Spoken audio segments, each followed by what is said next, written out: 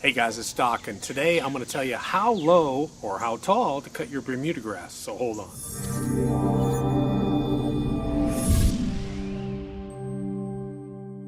Hey guys, a common question we always get is how tall or how low should I cut my Bermuda grass? Well, there are a lot of factors that are involved in this, but let me go over just a few that I do. I personally like to keep my Bermuda grass about 1 inch tall. But my problem with my lawn is that, like most lawns when they're built, they didn't do a very good job grading it. So I have an undulating pattern in here. I have a decent riding lawnmower. I have a Troy-Bilt riding lawnmower, and it does have scalp wheels on it. But still, because of that undulation, if I start to get too low, I'm going to get a bunch of scalp marks on my lawn. So that's a critical factor, is how you're cutting your lawn. If you're push mowing it, you can take it down shorter. If you're riding lawnmower, you may have to come up a little bit higher. So a lot of it just depends on what kind of mower you're using. But Bermuda does not like to get long. I see that. That's the biggest mistake I see all the time, is people leave their Bermuda grass 3, 4, even 5 inches tall. And man, you're just going to get a bunch of fungus and rot issues when you do that. Hey guys, so I figured what I do is take you a little walk in the neighborhood and show you some of the people further down the road here, the exact same sod that I have, but what happens when you leave the grass too long. And then also what happens when you cut it too short and you don't have the right equipment, or you have that undulation inside of it that will cause scalping. So I'm going to show you a few different parts of it. I think you can see the fungus dying issues we have here. All this is the exact same turf, but it's all damaged out because of fungus. Okay, you can see here, see the spots on the lawn there? That's all silver dollar. You can see the spots on the lawn here. That's all silver dollar spots. That is bad right there. And that's because it constantly keeps that lawn at about 4 or 5 inches deep. So now let's go over and let's look at, this lawn is at the right height, but we have scalping issues, as you can see. See the scalping issues? So we're trying to take the lawn down and we got scalping issues. And here's a really good looking lawn.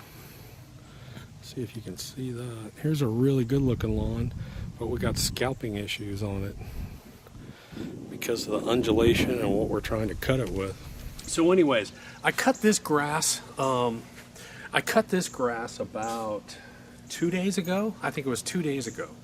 And I've been playing with the settings on my riding lawnmower, mainly because I've got a scalping issue going on and balancing issue. So I've been having to balance my riding lawnmower left to right and front to back. Now, when you do that on a riding lawnmower, I'm getting ready to do a whole video series on that. But that really comes into play when you're talking about this. So this lawn right here, if I go and I measure it from the ground up, right now, after 2 days of growth, I'm sitting at about 2 inches. So I'm at about 2 inches, just under 2 inches. So I'm cutting at about 1.5 inches, let's say. I'm cutting this at about 1.5 inches, and it's just a gorgeous lawn. Now, we've been getting a lot of rain. So if you're in a period where you've got heavy rain, I would recommend you bring it down lower so you don't have to deal with so many fungus issues. Let the lawn dry out. If you're going to go to a period of drought, then let it come up to maybe 2 inches tall. The one thing I don't want to see is I don't want to see you let it get 3, 4 inches tall. You do not want to let it get it high. Now this lawn, because I feed it regularly, because it gets lots of water, this year I'm having to cut my lawn every 5 days. I can't go every week, once a week, every 5 days. But Bermuda looks the best when it's short.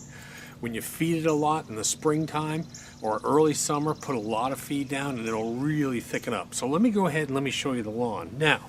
Now, one thing you're going to find interesting about this is that we've had thunderstorms every single day for 5 straight days. And so I've got leaves all over my lawn. which drives me crazy because I'm a lawn freak. But I want you to look at it.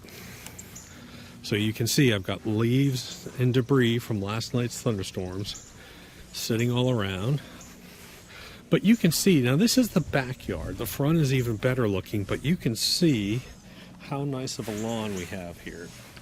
And I really want you to see this. It's just a gorgeous, gorgeous Bermuda lawn. I've taken care of it. I've done the right things to it. Look at some of my other tips.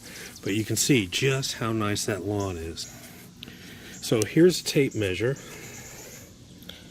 And again, this is probably the highest I'm going to let my lawn go.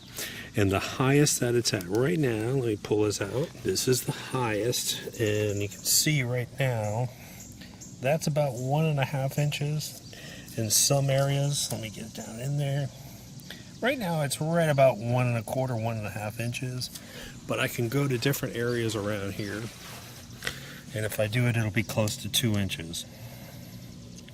So I really would love to have my lawn at about 1 inch, 3/4 to 1 inch.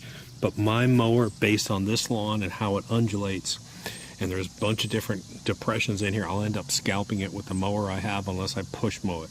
And this is a big lawn. I do not want to hand push this whole lawn. So I'm leaving it about 1/2 inch taller than I would like. Just let you look at it. And this beautiful grass is just about everywhere in here. See the boys, see the girls' tennis balls sitting around here. But everywhere I go,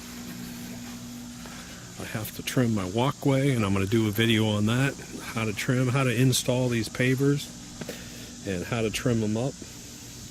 We install these pavers in here, but everything's looking really nice, except for the storm debris.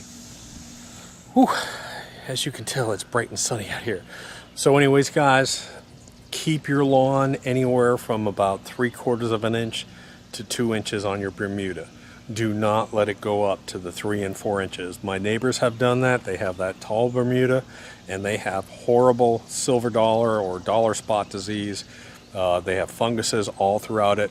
My lawn, because I keep it short and let that water evaporate out, I also treat it with a fungicide. I have the only lawn in the neighborhood that actually doesn't have fungus in it because I'm keeping it like this. It's a lot of work, but it's a beautiful lawn. Anyways, guys, join me next week for some more tips. Doc, how you doing?